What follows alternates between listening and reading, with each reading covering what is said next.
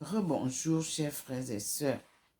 Maintenant, le Seigneur m'envoie au psaume 65. Pour les Bibles hébreux, c'est 66. Écoutons ce que nous dit le Seigneur. C'est le rappel des bienfaits de la sortie d'Égypte et du secours que Dieu a toujours donné aux siens. Donc, remerciement pour des bienfaits récents. C'est notre époque maintenant. Lisons donc. Le titre, c'est Reconnaissance pour une grande victoire. La victoire s'annonce. Et je lis, acclamez Dieu, tous les pays de la terre. Chantez la gloire de son nom. Rendez-lui gloire et louange. Verset 3. Dites à Dieu, ouvrez les guillemets, tes œuvres sont stupéfiantes. Ta puissance est telle que tes ennemis te rendent hommage. Que toute la terre se prosterne devant toi et chante en ton honneur la gloire de ton nom. Point. Fermez les guillemets. Venez voir les œuvres de Dieu. Point. Les prodiges stupéfiants qu'il opère parmi les fils d'Adam. Les prodiges stupéfiants qu'il opère parmi les fils d'Adam. Il a changé la mer en terre ferme. On a passé le fleuve à pied sec. C'est là le sujet de notre joie. Il domine éternellement par sa puissance. Ses yeux surveillent les nations païennes. Que les rebelles se gardent bien de lever la tête. Point d'exclamation. Nation, bénissez notre Dieu et publiez sa louange. Il a conservé la vie de notre âme. Il n'a pas permis que notre pied bronchât. Car tu nous as éprouvés, ô Dieu. Tu nous as fait passer au creuset comme l'argent qu'on affine. Tu nous as entraînés dans un filet. Tu as chargé nos reins d'un pesant fardeau. Tu as fait marcher des hommes sur nos têtes. Nous avons dû passer par le feu et par l'eau, mais tu nous as ouvert une issue vers le large. Verset 13. Je me rends donc à ta maison avec des holocaustes. Je m'acquitterai de mes vœux envers toi. Vœux qu'exprimèrent mes lèvres, que prononça ma bouche durant les heures de détresse. Je t'offrirai les plus belles brebis en holocauste, avec les béliers les plus gras. J'immolerai des taureaux et des boucs. Venez, vous tous qui craignez le Seigneur, écoutez le récit de tout ce qu'il a fait pour mon âme. Verset 17. Mes lèvres l'ont invoqué, ma langue l'a loué. Si je m'étais vu le cœur coupable, le Seigneur ne m'aurait pas exaucé. Mais Dieu m'a écouté, il a prêté l'oreille à la voix de ma prière. Que Dieu soit béni, qui n'a pas repoussé ma prière et qui ne m'a pas refusé sa miséricorde.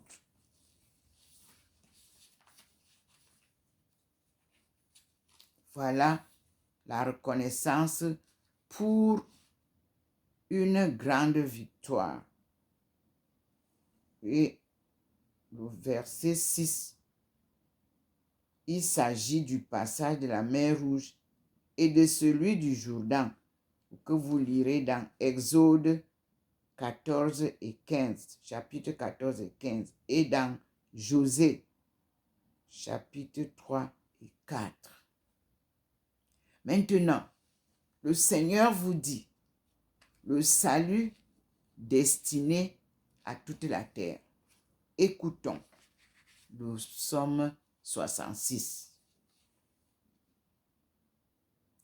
Dans les Bibles hébreux, c'est le psaume 67. Je cite le Seigneur.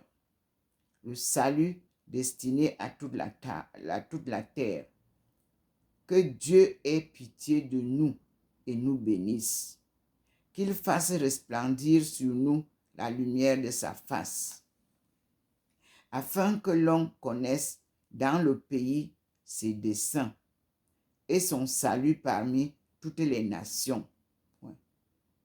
Que les peuples te louent, ô Dieu, que tous les peuples te glorifient. Verset 5. Que les nations soient en joie, en liesse, car tu gouvernes les peuples avec justice et tu conduis les nations sur la terre. 6. Que les peuples te louent, ô Dieu, que tous les peuples te glorifient. 7. Notre sol a donné son fruit. Le Seigneur notre Dieu nous a bénis. Oui, que Dieu nous bénisse et qu'on le révère jusqu'aux confins de la terre. Merci, Seigneur. Et nous avons l'ode patriotique et religieuse. Déjà, la note du psaume 66, 1 nous dit: ce bref poème est le développement de la bénédiction liturgique donnée dans Nombre chapitre 6, versets 24 à 26. Point. Hymne d'action de grâce, sans doute, pour la fête des récoltes. Confère verset 7, où je cite: notre sol a donné son fruit. Le Seigneur notre Dieu nous a bénis. Ne détruisez plus donc les sols des pays. Laissez les sols se reposer et que Dieu les bénisse lui-même. Lisons donc le psaume 67. En l'introduisant dans la note, il est dit: ce psaume est des plus difficiles de tout le psautier.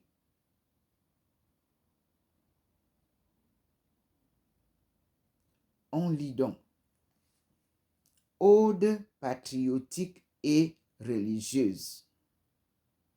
Pour les Bibles en hébreu, c'est le 68.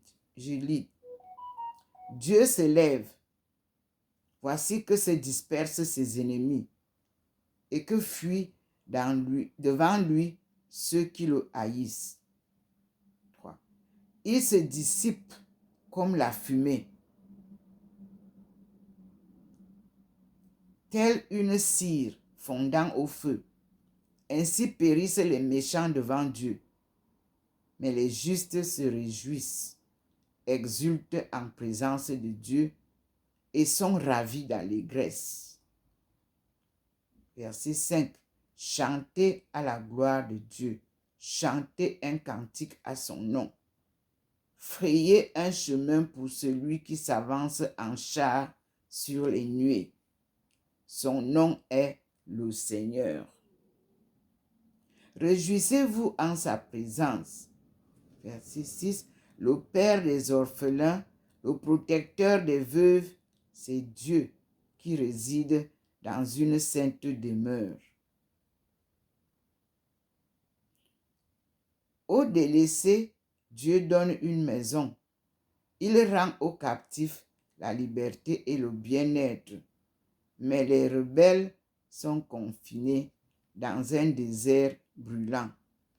Point.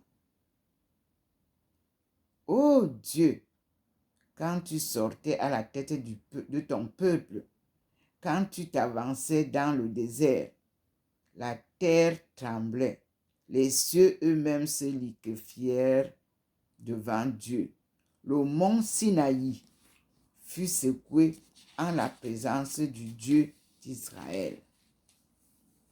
Sur ton héritage, tu as fait pleuvoir les bienfaits. Tu as restauré ses forces fatiguées.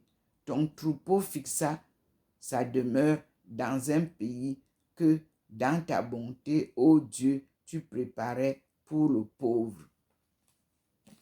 Verset 12. Le Seigneur parle. Écoutons donc.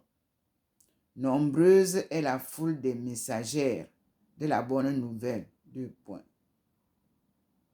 Les rois des armées, ouvrez les guillemets, les rois des armées ont fui. Ils ont fui. Les habitants se partagent le butin, tandis que vous reposiez parmi le bercail. Les ailes de la colombe brillaient comme de l'argent. Vous avez vu la colombe blanche que le Seigneur a fait sortir déjà au moins 4 fois sur ma tête. Il dit donc que,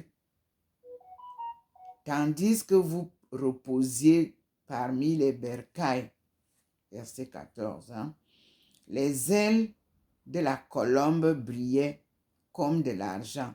Ses plumes avaient l'éclat de l'or. Verset 15. Quand le Tout-Puissant dispersait les rois, la neige tomba sur le Salmon. Point.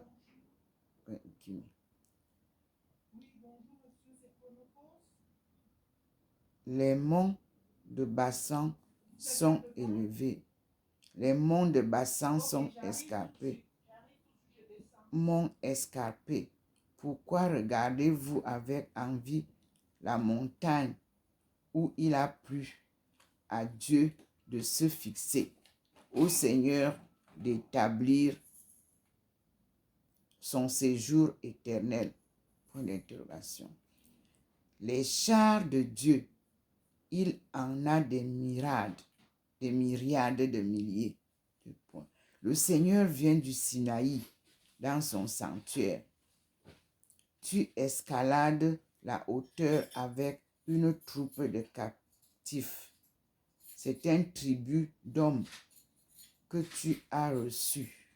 Même les rebelles doivent habiter près du Seigneur Dieu. Verset 20. Béni soit le Seigneur jour après jour. Il porte nos fardeaux, le Dieu de notre salut. Verset 21. Notre Dieu est un Dieu qui sauve. Le Seigneur Dieu nous fait échapper à la mort. Vraiment, il brisera la tête de ses ennemis, le crâne chevelu de celui qui se meut dans le crime. Vers 3, 23. Le Seigneur a dit, ouvrez les guillemets, 2 points, je les ramènerai de Bassan, je les ramènerai du fond de la mer, pour que tu baignes ton pied dans le sang, et que la langue de tes chiens ait sa part à la curée des ennemis. Point, fermez les guillemets. L'on peut voir ta marche triomphale, ô Dieu, l'entrée de mon Dieu, de mon roi, dans le sanctuaire. Verset 26. Viennent en tête les chanteurs, en arrière les joueurs de sitar, entre deux les jeunes filles qui battent du tambourin. Verset 27, ouvrez les guillemets, bénissez Dieu dans vos assemblées. Bénissez le Seigneur, enfants d'Israël. Fermez les guillemets, point d'exclamation. Voici Benjamin, le plus jeune, qui marche le premier. Puis les princes de Juda avec leur escadron. Les princes de Zaboulon. Les princes de Nephtali. Point. Verset 29 nous dit, montre ta puissance, ô Dieu, cette puissance que tu as mise en œuvre pour nous. Point. Verset 30. À cause de ton temple qui a qui est à Jérusalem, que les rois t'offrent des présents. Point d'exclamation. Verset 31. Menace la bête des roseaux, la troupe de ses taureaux avec les veaux des nations païennes, qu'ils se prosternent avec les lingots d'argent, qu'ils dispersent les nations qui se plaisent à la guerre, que le potentat vienne d'Égypte, que l'Éthiopie tende les mains vers Dieu. Verset 33. Royaume de la terre, chantez à la gloire de Dieu. Chantez un cantique au Seigneur, qui est porté sur les cieux éternels. Voici qu'il parle, sa voix est puissante. Le verset 35 nous dit, ouvrez les guillemets, reconnaissez la puissance de Dieu, fermez les guillemets. Sa majesté s'étend sur Israël. Sa puissance apparaît dans les cieux. De son sanctuaire, le Dieu d'Israël est redoutable. C'est lui qui donne à son peuple force et puissance. Que Dieu soit béni. C'est le dernier verset 36. Donc, nous avons lu le psaume 67, du verset 1 au verset 36. Et nous allons voir les notes qui nous sont données. Le psaume 67, 1. Ce psaume est des plus difficiles de tout le psautier. A reçu diverses interprétations, dont la plus acceptable en fait un triomphe décrivant l'arrivée à Sion du Seigneur, présent dans l'arche que les Hébreux avaient acheminée depuis le désert. Le texte en est fort altéré et contient des allusions à des poèmes plus anciens. Le verset 14 est célébré par le nombre d'interprétations qui en ont été tentées. La suite des idées peut se résumer en 2 points. Premièrement, bénédiction des armées. Deuxièmement, délivrance du peuple captif en Égypte. Troisièmement, les prodiges dans le désert. Quatrièmement, conquête de la Palestine. Cinquièmement, choix de Sion fait par Dieu. Sixièmement, victoire de Dieu sur tous ses ennemis. Septièmement, marche religieuse dans le sanctuaire. Huitièmement, avenir messianique.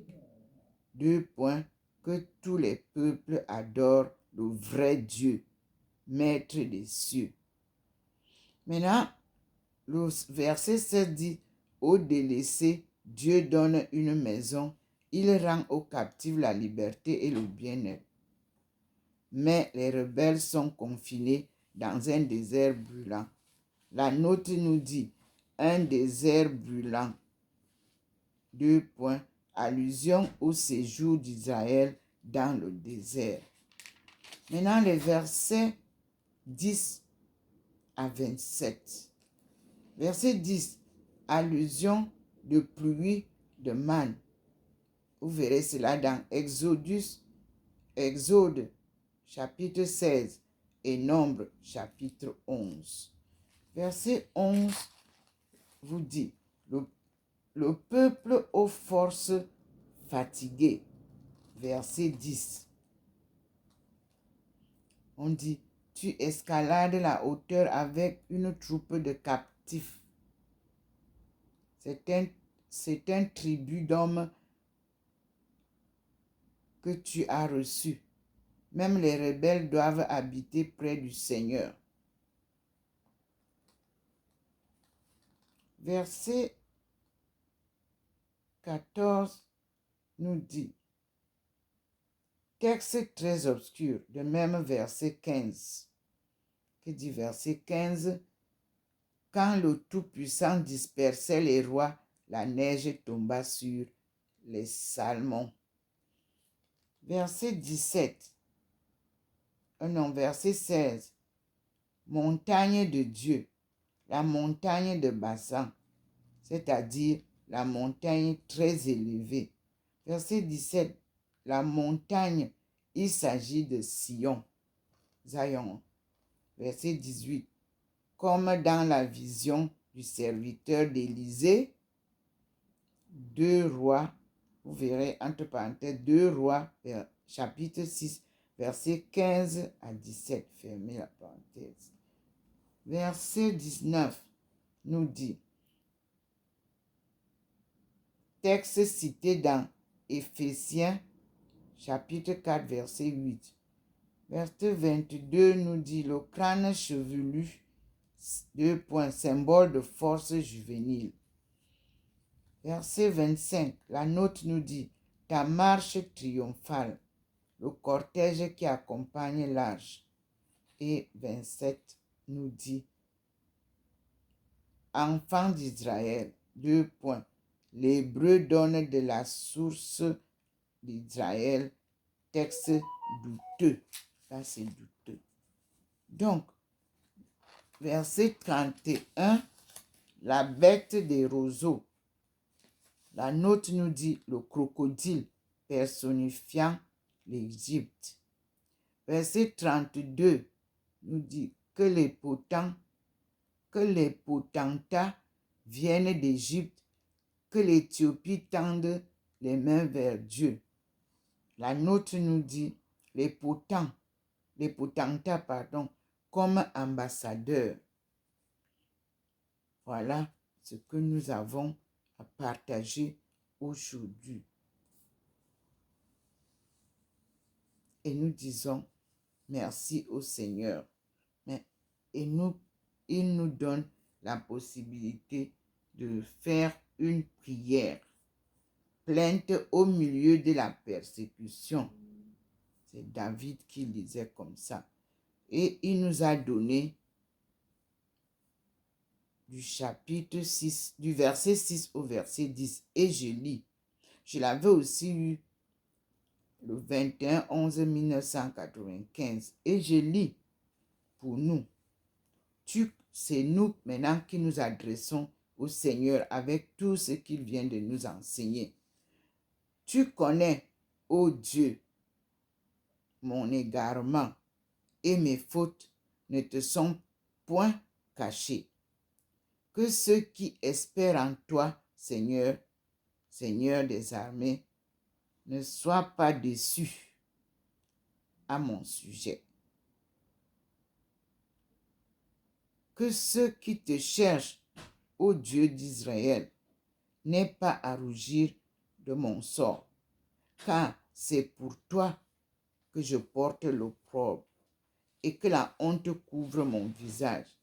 Pour mes propres frères, je suis un étranger,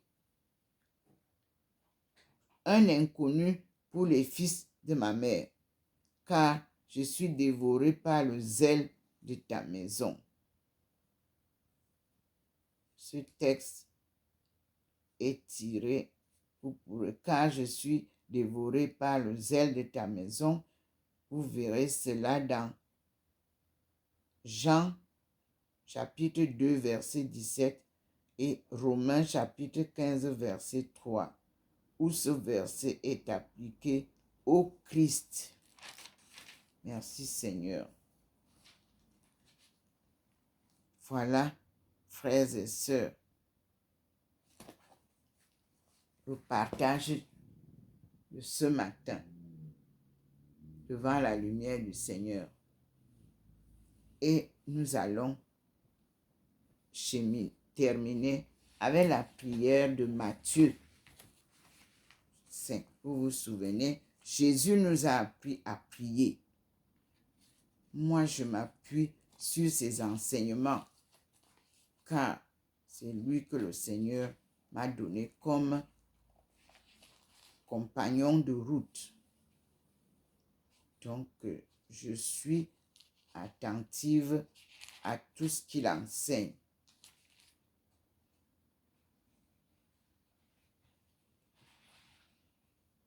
Je voulais aller, il me pose dans Jacques. Et je m'arrête d'abord. La foi sans les œuvres, dit le leur. Et je le dis. Je sers mes frères. Écoutez, la foi sans œuvre. Que sert mes frères de prétendre avoir la foi si l'on n'a pas les œuvres? Cette foi peut-elle sauver? Si un frère ou une sœur sont dans le dénouement et dépourvus de la nourriture quotidienne, et que l'un de vous leur dise, ouvrez les guillemets, allez en paix, chaussez-vous, mangez à votre faim, fermez les guillemets, mais sans leur donner les choses nécessaires aux besoins de leur corps, où est le profit? 17. Ainsi en est-il de la foi. Si elle n'a pas les œuvres, elle est morte par elle-même. Point à la ligne. Verset 18 nous dit, mais quelqu'un dira, ouvrez les guillemets, toi tu as la foi, moi j'ai les œuvres, fermez les guillemets, montre-moi ta foi sans les œuvres, et moi, par mes œuvres, je te ferai voir ma foi. Tu crois qu'il n'y a qu'un seul Dieu. Tu fais bien. Les démons le croient aussi, et ils tremblent. Verset 20. Mais veux-tu apprendre, homme vain, que la foi sans les œuvres est stérile? Abraham, notre père, ne fut-il pas justifié par les œuvres lorsqu'il offrit son fils Isaac à l'autel? Tu vois que la foi opérait à ses œuvres et fut parachevée par elle. Ainsi s'est accomplie la parole de l'Écriture. Abraham crut en Dieu. Abraham crut en Dieu et cela lui fit compter comme justice et il fut appelé ami de Dieu. Genèse chapitre 15 verset 6 et Isaïe encore chapitre 41 verset 8. Vous voyez que l'homme est justifié par les œuvres et non par la foi seulement. De même, Rahab la courtisane ne fut-elle point justifiée par ses œuvres pour avoir accueilli les éclaireurs et les avoir sortis par un autre chemin? Point d'interrogation. De même que le corps sans âme est mort, ainsi la foi sans les œuvres est morte aussi. Fin de citation. Nous étions là dans Jacques 2, verset 14 au verset 26. Merci Seigneur. La note nous dit, conformément à la tradition juive, voir Sirach, chapitre 44, verset 20, et Maccabée, chapitre 2, verset 52, fermez la parenthèse. Jacques voit en Abraham le type du serviteur fidèle qui met la parole en pratique. Point. Paul tient le raisonnement contraire en Romains 4, versets 2 à 5. Non qu'il méprise les œuvres, mais parce qu'il veut assurer d'abord la relation à Dieu par la foi, pour montrer ensuite les œuvres que le travail de cette foi, le rayonnement de la charité.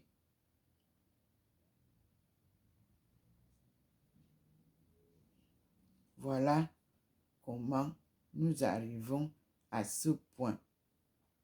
Et nous voyons que le verset 25 nous renvoie dans Josée 2. En revanche, l'épître aux Hébreux, entre parenthèses 11, verset 31, parle de la foi de Rabat. Merci Seigneur pour tes enseignements. Nous sommes à l'école du Seigneur. Il avait promis venir rétablir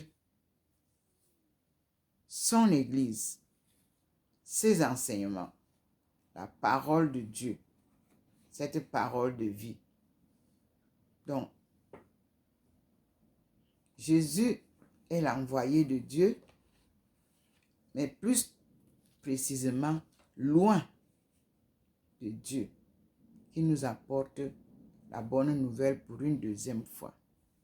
À Dieu la gloire, à lui, Jésus-Christ, la gloire, à sa mère, maman Marie, la gloire, à Marie de Magdala que nous sommes en train de voir bientôt apparaître, nous lui disons merci. À bientôt. Je suis Ndomo Melingi Thérèse, servante du Seigneur et son peuple choisi. Et je suis docteur en économie mondiale, relations internationales et développement économique.